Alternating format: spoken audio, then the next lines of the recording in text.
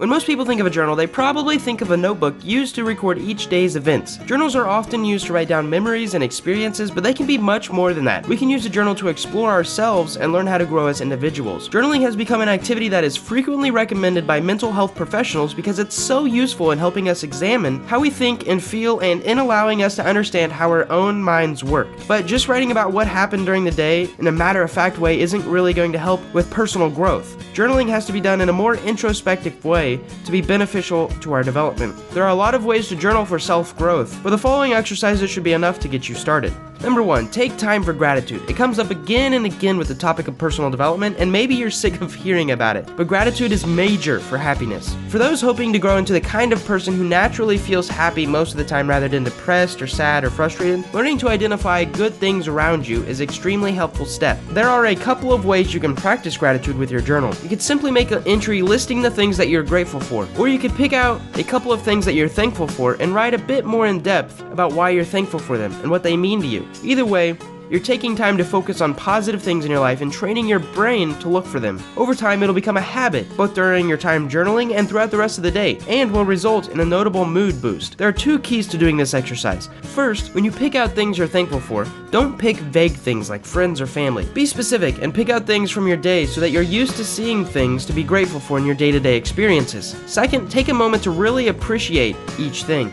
If you get used to feeling gratitude and not just identifying good things, you'll be a much happier person. Tip number 2 is to consider the day's lessons. You've probably heard the old saying, you'll learn something new every day. And we really do. We just have a tendency to overlook small lessons and things that reinforce lessons what we've learned before. Journaling is a perfect opportunity to revisit situations you've experienced early in the day and consider what lessons you can take away from them. If you don't have anything specific in mind, just start by writing about your day. Let's say you worked alongside someone you look up to professionally and you were able to offer more to the project than they were. As you write about the experience, consider what it taught you. In this case, you could have learned that people may not be what you think they are, or you're more capable than you previously thought. Once you've identified that, investigate further. See what that lesson means for you and how you might perceive things differently in the future because of this realization. Learning is a great way to grow. When you're able to learn from your experiences, you develop in the way you see life and the way that you feel in different situations. Tip number 3 is to explore emotions. Examining your emotions is especially useful for people who sometimes feel that their emotions are out of control. Being more aware of what sparks certain emotions and why can be a huge step towards gaining some control over the way that you feel. If you're able to journal while you're experiencing a difficult emotion, that's great, but you can also journal later on and look back at how you were feeling. Write about the emotion you were in when the emotion started, including as much detail as you can so you can see and identify what maybe caused it. Then, when you found the situation, act, phrase, or whatever trigger it might be, you can start to write through your thoughts about why that thing might have provoked you. Maybe it connects back to a hurtful experience or hit on a deep-seated insecurity. You can examine the trigger to work through your emotional connection to it, then try to come up with ways to ease your difficult feelings now and prevent them from taking control of you in the future.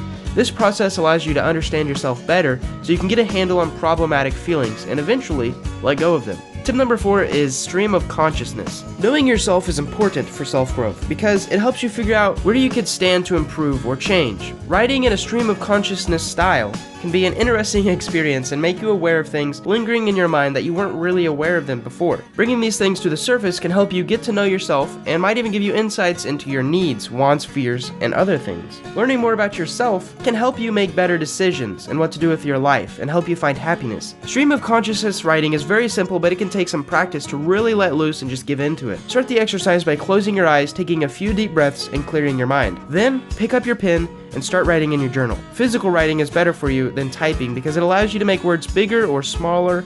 You can draw images and change the direction. There's much more freedom to express yourself. When you start, simply write whatever comes to your mind. Don't judge what comes out though. It may not seem important or relevant, but you never know where your thoughts will lead you, so let them come out as they are. You don't even have to write in complete sentences or use any kinds of formal punctuation. Just let your thoughts flow out through the pen onto the paper. When you feel like you're done, look back over what you've written. You might actually be surprised by some of the things that came out. Take note of some interesting words or phrases that came out and consider why those things might have came up. They could reveal something about you that you haven't realized before.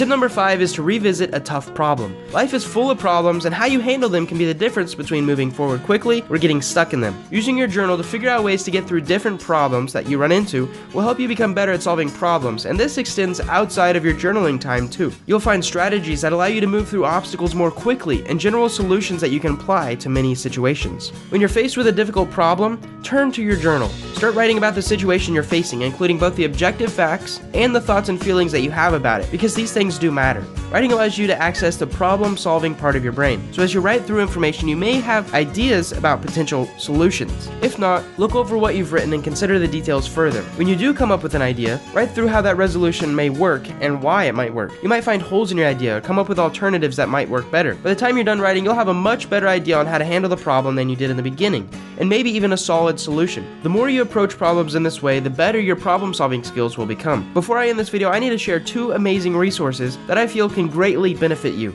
especially in the terms of journaling. The first is my friend's journaling course. He's had hundreds of people go through the course, and the testimonials really prove the quality. He's basically the expert of journaling, and if you look up YouTube how to journal, a whole bunch of his videos come up. So I highly recommend My Best Journal 2.0. There's a link in the description if you want to learn more. It's basically a course on how to journal by one of my friends, Clark. And of course, if you haven't heard of my Practical Growth Academy yet, you really need to check it out. Basically, I've created a private membership group for those who are serious about self-development and growing themselves. Each week, I'll personally research and answer your questions. We will be reading a book each week where I create an animated book summary, follow along PDFs, and actionable worksheets. And each month, you'll get a mini mastery course where I research and teach you 80% of the foundational topics, and 20% of the time it would take you to learn. The cost to join is less than the price of a book each month, and if you sign up now, you'll get a special bonus. Also, you'll have unlimited access to all the previous content. Thank you guys so much for watching, and I hope you learned something.